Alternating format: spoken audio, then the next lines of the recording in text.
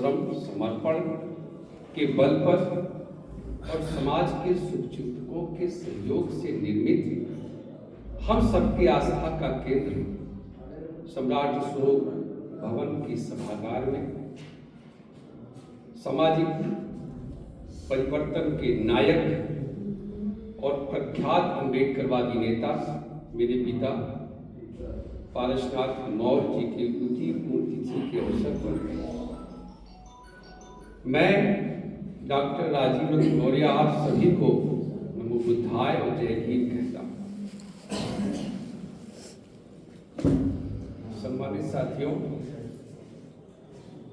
जैसा कि आप सबको मालूम है मेरे पिताजी के संघर्ष के बारे में, और मैं पुत्र होकर के ज्यादा बताऊं ये ठीक नहीं है, क्योंकि आप सबने खूब बताया भी है। बहुत सारी वाकया है, बहुत सारी कहानियां हैं और सब फैक्ट है, सब सच्चाई पर आधारित है। उन्होंने भगवान बुद्ध के उस सूत्र वाक्य चरित भिक्खवे चारिकम बहुजन हिताय बहुजन सुखाय के पथ पर जीवन भर चलते रहे और एक बहुत बड़े सामाजिक, सांस्कृतिक और धार्मिक परिवर्तन के सूत्रधार बने। उन्होंने जनपद जौनपुर में जब शुरुआत किया था तो हम लोगों को कहां से मालूम। सन 2002 में जब मैंने अम्बेडकर टुडे पत्रिका का संचालन शुरू किया तो मैंने उनसे कहा था कि जो कुछ घटनाएं आपके साथ घटी हुई हैं, जिसको बार बार वो अपने भाषणों में कहा करते थे, तो उन्होंने क्रमवार लिखना शुरू किया था। इसको मैंने अभी कुछ ही दिन पहले व्हाट्सएप पे शेयर किया था, कुछ लोगों को मालूम नहीं।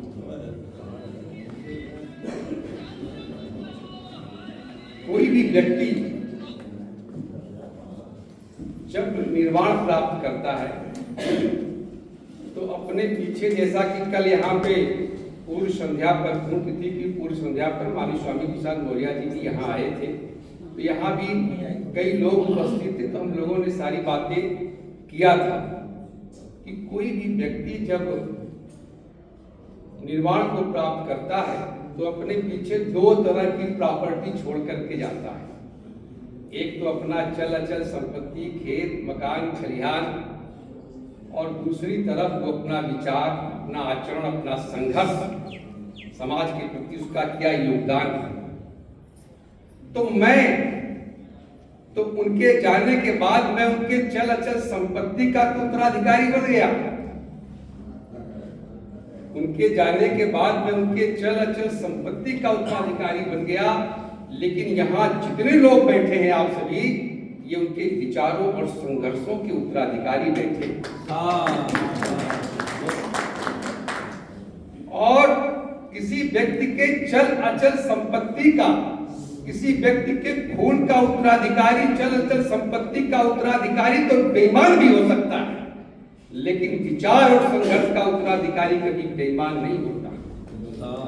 ऐसे ही लोग जो उनके विचारों और संघर्षों के उत्तराधिकारी हैं, प्रियदर्शी अशोक मिशन के लोगों ने मेरे पिताजी के पुण्यतिथि को प्रेरणा दिवस के रूप में मनाने का निर्णय किया। तो आज इस प्रेरणा दिवस के अवसर पर मैं खुद अपने पिता को नमन करता हूं, उन्हें श्रद्धा सुमन अर्पित करता हूं। और एक वाकया मैं बताता हूं। जब वो अंतिम समय में बीमार हुए तो अक्सर माननीय स्वामी प्रसाद मौर्य जी उनसे मिलने आते थे, देखने आते थे। एक दिन वो उनसे मिलने आए तो उनसे उन्होंने कहा कि यार मैंने आज एक सपना देखा है। कल मैंने ये बात बताई थी। उन्होंने कहा सपना देखा है आपने, क्या सपना देखा है? उन्होंने कहा मैंने सपना, जैसा कि उनके बारे में आपको मालूम ही है कि वो कैसे आंदोलनकारी थे। तो उन्होंने कहा मैंने सपना देखा है कि राम आके हमारी दाढ़ी बना रहे हैं और हनुमान हमारा कपड़ा साफ कर रहे हैं। तो उन्होंने कहा कि अरे ऐसा सपना तो वही देखता है जो अपने विचारों से मन मस्तिष्क से मजबूत होता है और किसी भी तरह के भाग्य भगवान देवी देवता का इसके मन में कोई खौफ नहीं होता, वही ये सब सपना ऐसा देखता है। लेकिन साथियों, कोई कितना भी बड़ा मजबूत हो अपने मन से, किसी से कोई भले न खौफ खाता हो, लेकिन हर व्यक्ति के जीवन में एक समय ऐसा आता है जब उसे ये महसूस हो जाता है कि अब शायद मैं नहीं जी पाऊंगा। कोई कितना भी बड़ा बुलंद इरादे का, जब उसको लगता है कि अब मैं बेड पर पड़ गया हूं, अब मैं नहीं उठ पाऊंगा, तब ऐसे व्यक्ति भी निराश हो जाते हैं, हताश हो जाते हैं। ऐसी अवस्था में मैं भाग्यशाली हूं कि मेरे पिताजी जीवन के बिल्कुल अंतिम समय तक मेरे साथ रहे और मेरी आंखों के सामने ही उनका प्राण का अंत हुआ। तो हम उनके पास जब बैठते थे तो तमाम नई पुरानी बातें वो खूब बताते थे, लेकिन मैं उनको ढांढस बताता था। जब वो बिल्कुल परेशान थे, निराश थे और बिल्कुल जल्द बिखरे चारिकम के संदेश को लेकर के जहां पूरा दिन रात टहलते थे, वहां कहां बेड पर पड़ गए। तो मैंने उसे कहा था कि निराश मत होइए, हताश मत होइए। जो संदेश आपने जीवन भर सबको दिया, ये जीवन नश्वर है, कोई यहां जीने के लिए नहीं आया, सबको मरना है। वही बात आप कहते थे, तो आप परेशान मत होइए, सब लोग आपके साथ है, आपने बहुत बड़ा काम किया है। मैंने उनसे कहा कि भारत की धरती पर महाक्रांति के जनक ज्योतिबा राव फुले, अरे ये जगदेव बाबू मात्र 52 वर्ष ही जिंदा रहे। जगदेव बाबू मात्र 52 वर्ष ही जिंदा रहे, पूरी धरती पर उन्होंने कोहराम मचा दिया। आज हम सबके महापुरुष, सामाजिक परिवर्तन के महानायक, महाराष्ट्र की धरती पर पैदा हुए ज्योतिबा राव फुले, ये मात्र 63 वर्ष ही जिंदा रहे। और ये रामस्वरूप वर्मा जी भी शायद वो 72 साल तक जिंदा रहे। और तो और परम पूज्य बाबा साहब डॉक्टर अम्बेडकर संविधान के निर्माता, जिन्होंने अपनी पितुता के बल पर, अपने संघर्ष के बल पर पूरी दुनिया को लोहा मनवा दिया, ऐसे महापुरुष बाबा साहब अम्बेडकर भी मात्र 65 वर्ष के जिंदा रहे। और बाबा साहब अम्बेडकर की गारमा को आगे बढ़ाने वाले मसीहा मानवर कांसीराम साहब मात्र 72 वर्ष ही जिंदा रहे। मैंने उनसे कहा कि जो भगवान बुद्ध हैं, जिनको लेकर के आप दुनिया में चले, वो बुद्ध भी 80 वर्ष ही जिंदा रहे। आप तो 80 क्रॉस कर गए, आप तो आगे बढ़ गए। इसलिए हमें हौसला देता था, उनको हौसला देता था कि आप 80 वर्ष के ऊपर चल गए, मस्त रहिए, आप बुद्धि से जिंदा रहिए। जानते थे कि ये मुझे बहका रहा है, ये मुझे वो जानते ही थे। उन्होंने कहा कि सबका नाम ले रहे हो, एक का नाम तो भूल गए। उन्होंने कहा सबका नाम, कहे नहीं, तुम पेरियार रामा स्वामी का नाम क्यों नहीं ले रहे हो? तो 94 साल तक जिंदा रहे, वो तो 94 साल तक जिंदा रहे, उनका नाम लेके बताओ ना। तो मैंने उनसे क्या कहा, मैंने उनसे कहा वो 94 साल तक तो इसलिए जिंदा रहे क्योंकि उन्होंने जूता हाथ में निकाल लिया। समझ गया? समझते रहिएगा, सारी बातें नहीं होंगी। मैंने उनसे कहा कि 94 साल इसलिए जिंदा रहे कि उन्होंने जूता हाथ में निकाल लिया था। तो कहा कि अब लगता है हमको भी जूता निकालना पड़ेगा, सब कुछ तो मैंने कर ही दिया, आगे यही बाकी है। साथियों, सामाजिक परिवर्तन की धारा में मैं खुद अपने पिता को हीरो मानता हूं, क्योंकि जब अम्बेडकर पूरी पत्रिका मेरी चलना शुरू हुई तब मुझे असली बात पता चली। नहीं तो जैसे कुछ नेता उता नहीं होते, वैसे हम उनको नेता मानते थे कि नेतागिरी करते हैं। जब मैंने असली मिशन को सीखा अम्बेडकर पूरी पत्रिका के माध्यम से, और जब पूरे भारत के लोग जब हमसे मिलना शुरू किए, बड़े बड़े राइटर, बड़े बड़े विद्वान, और जब मैंने मर्म सीखा मिशन का, तब मैंने जाना कि मेरे पिता हीरो है यार, तो किसी से कम नहीं। तब मेरी नजरों में वो सांसद, विधायक, मंत्री तो हम तुच्छ समझने लगे कि मेरे पिताजी ये सब चीजों से नहीं आगे जाते। उनका कद अम्बेडकरी मिशन, बुद्ध मिशन को आगे बढ़ाने वाले नेता के तौर पर। साथियों, जो धारा चली इस धरती पर सदियों से, आज से नहीं, सदियों से एक धारा इस धरती पर अन्याय, अत्याचार, शोषण, उत्पीड़न, जुल्म और जाति की चली थी। लेकिन एक तरफ वो धारा चली भगवान बुद्ध की क्षमता, न्याय, दया, मैत्री, करुणा की धारा। इन्हीं दो धाराओं के बीच में लड़ाई है पूरी धरती पर, भारत की धरती पर सदियों से। एक तरफ अन्याय, अत्याचार, शोषण, उत्पीड़न, एक तरफ समता, समानता, न्याय और बंधुत्व का। एक तरफ रामराज की स्थापना करने के लिए चल रहा है संघर्ष बड़ी मजबूती के साथ। राम राज की बिनु वही कहां की शराब। तो दूसरी तरफ जो धारा है मानववादियों की कि अशोका राज लाए बिनु हम न करेंगे आराम। अशोका का राज स्थापित करने की एक धारा चल रही है इस धरती पर। जो ये समता समानता की धारा चली, जिसमें तमाम हमारे महापुरुष भगवान बुद्ध से लेकर के संत कबीर, संत रविदास, संत गाडगे, ज्योतिबा फुले, साहू जी महाराज, बाबा साहब अम्बेडकर, संत रामप्रिय प्रजापति, बिरसा मुंडा, पेरियर रामास्वामी नायकर, ललई सिंह यादव, राम स्वरूप वर्मा, महाराज सिंह भारती, जगदेव बाबू, मानव काशीराम साहब, ये तमाम एक धारा चली। मेरे पिताजी उसी समता, समानता, न्याय और बंधुत्व की धारा को आगे बढ़ाने के लिए अपना जीवन उन्होंने अपने राजनीतिक कार्य को मिशन पर कभी हावी नहीं होने दिया।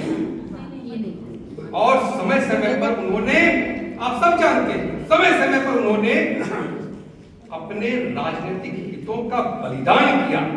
लेकिन बुद्ध, फुले, पेरियार, अम्बेडकर की विचारधारा से रंच मात्र भी समझौता नहीं किया और निरंतर यायावरी जीवन जीते रहे, निरंतर फटकड़े और यायावरी जीवन जीते रहे।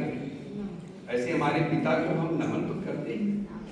साथियों, उसी धारा में जब मैगजीन के माध्यम से ही हमें पता चला, उसी धारा में जब उन्हें ये एहसास हो गया कि ये जो रावण का पुतला जलाया जाता है, जब उन्हें एहसास हुआ कि ये रावण कोई और नहीं है, ये दशानन जिनको कहा जाता है, ये कोई और नहीं है, ये हमारे दसों मौर्य राजा, बौद्ध राजा, ये उन्हीं का प्रतीक रूप लोग चलाते हैं। कौन कौन हमारे दसों राजा?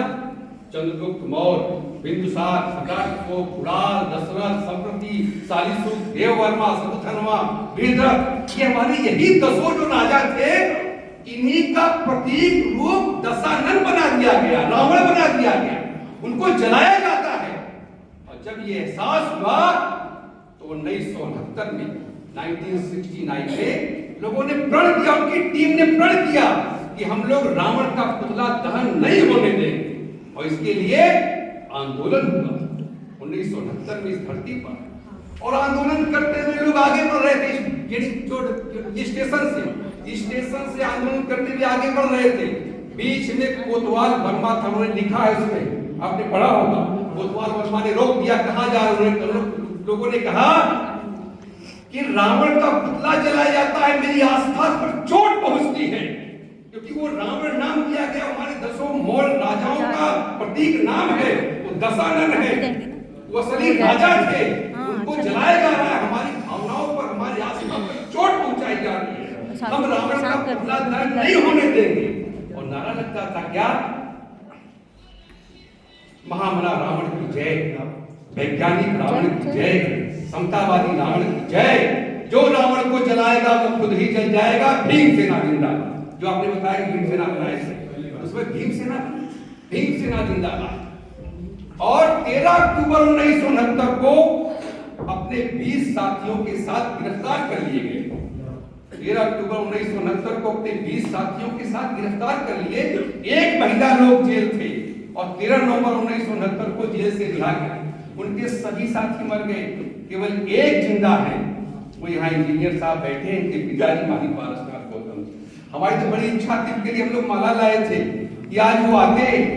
और आपको मैं ये बातें हम बताना चाहते हैं इसलिए यहाँ हमारे समाज के भी लोग बैठे हैं, मौर्य समाज के लोग भी बैठे हैं। साथियों, उस वो वक्त था जब आपके समाज का केवल एक नेता पारसनाथ मौर्य थे, बाकी 19 लोग शेड्यूल कास्ट समाज के, चमार समाज के लोग साथ देने वाले। तो वो जमाना था, हमको किसी भी आंदोलन को जाति दृष्टि से नहीं देखना चाहिए। वो जो 19 चमार समाज के लोग थे जो समर्पित थे, वो ही मौर्य राजाओं के सम्मान के लिए ही तो निकले थे, जेल गए थे उनके साथ। आज वो जिंदा है, एक लोग जिंदा हैं, हम उनको बाबूजी को यही से हम नमन करते हैं बहुत ही सम्मान के साथ। साथियों, 1969 में वो आंदोलन था, बाद में वो लोग जेल से छूट कर आए और तमाम वो फिर घटनाएं शुरू हुई। ऐसी घटनाएं हुई जो उन्होंने मुझे बताया, कभी हम अकेले में ऐसे गोष्ठी में हम बताएंगे, नहीं तो दिक्कत हो जाएगा। तमाम ऐसी बातें हुई। यही नहीं, भगवान बुद्ध के समता, समानता, न्याय का जो धारा चली थी, ये खाली एक ही वर्ग के लिए नहीं, तमाम लोग भगवान बुद्ध के समता, समानता, न्याय की धारा से हर वर्ग में, हर समय में बदलाव आया। इसी जौनपुर की धरती पर, थोड़ा सुनिए, इसी जौनपुर की धरती पर 1976 या 74 की बात रही होगी। उसी मैगजीन में पूरा डिटेल में सब लिखा है। लोग कहते हैं कि ये बौद्ध धर्म खाली चमार और मौर्य ही बनाते हैं, ज्यादातर चमार समाज के हैं। लेकिन 1976 की बात है, एक दिलशाद अहमद रहा करते थे, मालूम होगा किसी को, उर्दू बाजार के दिलशाद, मोहम्मद दिलशाद रहा करते थे। वो मेरे पिता के संपर्क में बहुत रहा करते थे और उनकी आदत थी कि हमारे पिता पकड़ लेते थे तो माइंड वॉश कर देते थे। भाई, भगवान बुद्ध का मानवतावादी धर्म है। उर्दू बाजार के मोहम्मद दिलशाद बराबर हमारे यहाँ आते थे, कहते थे, और उनका इतना माइंड वॉश हुआ कि उनको लगा कि हाँ यार, भगवान बुद्ध की धारा ही असली है।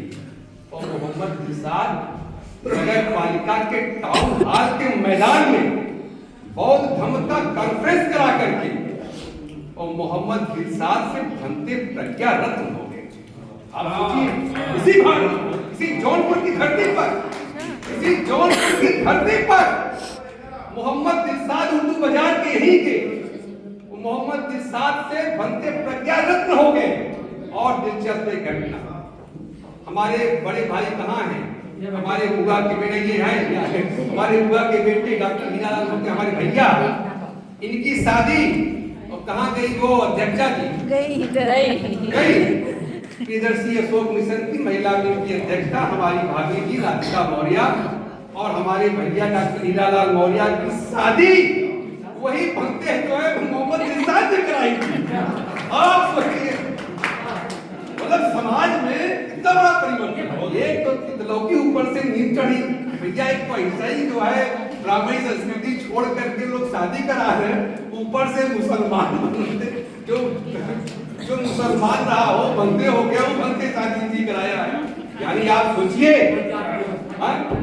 और उस शादी में मैं सहवाला बनाता उस शादी में मैं सहवाला था इनकी शादी में। और वो शादी को जिस विष्णु संघ ने संपन्न कराया वो एक मुसलमान बनते था। आप सोचिए कितना क्रांतिकारी परिवर्तन इस धरती पर हुआ है। हमारे तमाम नाती रिश्ते के लोग, घर खानदान के लोग, हमारे तमाम लोग उस वक्त जिसने भी समझा कि हमारे पिता का आंदोलन सही है, वो विपरीत परिस्थिति में सबने जब के साथ किया। आज भी बहुत से ऐसे लोग हैं जो हमारे मिशन को, मूवमेंट को नहीं समझ पा रहे, लेकिन हमें पूरी आशा है कि हम लोग मिल करके, एक साथ मिल करके, जैसे ये कारवां चल रहा है, धीरे धीरे जब हम लोग धीरे धीरे समाज को बदलेंगे, तो वही समाज को बदलने के लिए जो हम काम करेंगे, यही मेरे पिता और महापुरुषों को श्रद्धांजलि होगी। और ये फूल चढ़ाने से श्रद्धांजलि नहीं होगी, यह तो एक प्रतीक है ना भाई। ये तो यहाँ एक प्रतीक के रूप में हम लोग श्रद्धांजलि दे रहे हैं, लेकिन जब समाज बदलने के लिए हम लोग निकलेंगे, तभी श्रद्धांजलि मानी जाएगी। और एक छोटी सी घटना 1993 में है। 1993 में एक हंडिया इलाहाबाद के मुन्नेलाल यादव थे। तो मुन्नेलाल यादव आए थे अम्बेडकर महासभा में हमारे पिताजी से मिलने। रख लो नीचे। तो बातचीत होते होते होते उनको ललन सिंह यादव का साहित्य देखिए और मुन्नेलाल यादव धीरे धीरे बदल गए। मुन्नेलाल यादव का लग गया कि यार खड़ा कहाँ है, चलना कहाँ है। और पिताजी का साथ पा करके आप देखिए कोई विधानसभा के सामने, जहाँ पहले वो धरना स्थल होता था, विधानसभा के सामने 1993 में, फरवरी 1993 में धरना स्थल के सामने मुन्नेलाल यादव से भंते की सुकीर्ति हो गए। सब जानता मुन्नेलाल यादव से वो भंते की सुकीर्ति हो गए। पिताजी ने खूब उनको समझा जाकर उनको गांव भेजा। तो मुन्नेलाल जब बाद में आए थे तो मैंने उनका इंटरव्यू लिया। तो वो इंटरव्यू भी मैंने शेयर किया है, पूछ रहा हूँ। तो मुन्नेलाल यादव हमारे पास आए, उसमें राय होटल विधायक आवास में हम रहते थे। तो वहां पे मुन्नेलाल यादव आए तो उन्हें जब लगे बताने कि आपके पिताजी की वजह से मैं ये जीवन धारण किया हूँ, तो जब बताया कि मैं यादव समाज का हूँ, तो उन्होंने कहा कि आपके पिताजी खूब समझा बुझा के जब मुझे भेजा गाँव में, तो जब मैं गांव में गया तो गांव वाले कह रहे मुन्नेलाल साधु हो गए, मुन्नेलाल साधु हो गए। गांव वाले कहे मुन्नेलाल साधु हो गए, मुन्नेलाल साधु हो गए।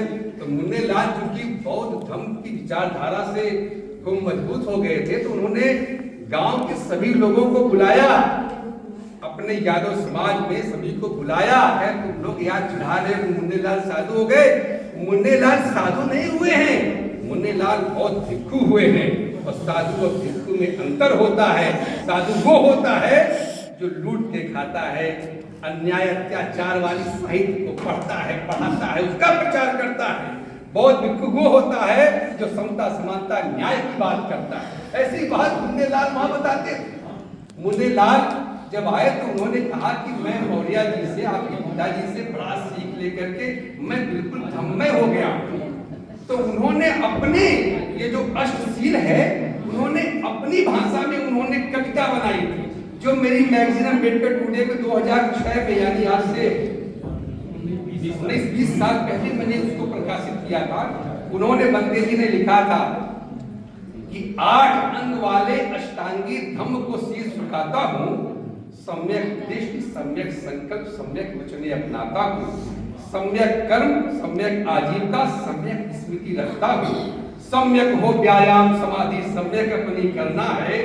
धम्म की 8 अंगों को जीवन में अपनाऊंगा और धम्म रत्न के समान दूजा रत्न कोई पाऊंगा।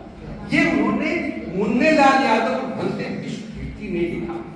हम ऐसे लोगों को भी नमन करते हैं कि जो लोग मेरे पिता के संपर्क में रह करके सामाजिक बदलाव में जड़ी हुए आगे आए, उनको भी हम नमन करते हैं। यहाँ भंते जी, इनका नाम पूर्व नाम इनका श्रीपति जी है, श्रीपति मौर्य। ये अमेठी के रहने वाले हैं, जगदीशपुर। पिताजी इन्हीं के यहाँ बराबर जाते थे। इनके पिताजी का नाम साधु मौर्य, उन्हीं से उनकी दोस्ती थी। तो हम भी पिताजी के साथ कभी कभी जाते थे। तो ये भी जीवन धारण किए हैं पिताजी से ही प्रेरणा लेकर के। तो हम भंते जी, आपको भी हम नमन करते हैं, बहुत बहुत नमन करते हैं। एक बार उनका एक्सीडेंट हुआ था, सबको मालूम है। जब एक्सीडेंट एक बार हुआ था बहुत पहले, तो वहीं पे गांव में ही रहते थे और हम लोग छोटे छोटे थे। तो जब कोई आता था तो उसके सामने वो गाना गुनगुनाते थे। हाँ, एक गाना गुनगुनाते थे। वो मुझे जब मैं मैगजीन शुरू किया तब मुझे रिकॉर्ड होने लगा। बचपना में तो आंदोलन को समझ नहीं पाए थे, रिकॉर्ड होने लगा कि क्या क्या चीजें होती थी। जो गाना वो गुनगुनाते थे ताकि हम लोग हैं ऐसे दीवाने दुनिया को बदल कर पाएंगे। जो लक्ष्य है अपना पूरा हो, उस वक्त तसल्ली पाएंगे। ऐसे तो नहीं चलने वाले, हम उसको ही मर जाएंगे। लेकिन नफरत के शोले जो दिल में है, हम उसको बुझा कर मारेंगे, कहते थे। इसलिए हम आज अपने पिताजी की उनकी पुण्यतिथि के अवसर पर आप सभी को बहुत बहुत हम आभार व्यक्त करते हैं कि आप सब ने आकर के आपस में हम लोगों एक दूसरे का हम लोगों ने हौसला अफजाई किया है। क्योंकि यहाँ विदर्शी अशोक मिशन के जो सम्मानित कर्मठ लोग हैं, और मेरे पिता के संपर्क में रहे तमाम लोग, ये बड़ा अच्छा हमको लगा कि आज सम्राट अशोक भवन में लगभग जो असली बुद्ध और अम्बेडकर मिशन के लोग हैं, लगभग जो लोग आ गए, क्योंकि जब भी वो चलते थे उस वक्त तब भी संख्या बहुत कम होती थी, लेकिन काम बहुत बड़े होते। आज भी प्रियदर्शी अशोक मिशन के और ये हमारे तमाम जो आगे बैठे लोग हैं, माननीय रमेश इंजीनियर साहब, तमाम नाम सभी का मुझे मालूम है। आप सभी का मैं आभार व्यक्त करता हूँ, सबको मैं धन्यवाद देता हूँ कि हम सब मिलकर, हमको जब ये फोन आया इनका कि भाई ऐसा है कि राजीव रतन जी, हम लोगों ने बाबूजी पारसनाथ मोर जी की पुण्यतिथि मनाने का हम लोगों ने निर्णय लिया है, आपको आना है कि आप लखनऊ में मनाएंगे, दिल्ली में मनाएंगे, जहां मनाना हो मनाइए, हम आपको सूचना दे रहे हैं कि हम लोग यहाँ मनाएंगे, आप भी आइए। लेकिन मुझे बहुत अच्छा इस बात का लगा कि हमको जो मिला है, मैं पूरा भरसक प्रयास करूंगा ईमानदारी से के साथ कि जो उनका वैचारिक संघर्ष था, जो उनका आंदोलन था, हम भी आपके साथ उस आंदोलन को आगे बढ़ाएं, क्योंकि इसमें हमारी भलाई है, इसमें हमारे परिवार की भलाई है और इसी में हमारा सम्मान है। तो हम इस धन को, इस प्रॉपर्टी को जो उन्होंने वैचारिक आधार पर तैयार किया था, आप सबके साथ मैं हिस्सेदार बनूंगा और मजबूती के साथ हिस्सेदार बन करके हम लोग उस प्रॉपर्टी को खूब आगे बढ़ाएंगे, उनके वैचारिक कारनामा को खूब आगे बढ़ाएंगे। इन्हीं सब भावनाओं के साथ आप सबको पूरा आप सबका आभार व्यक्त करते हुए हम अपनी बात को विराम देते हैं।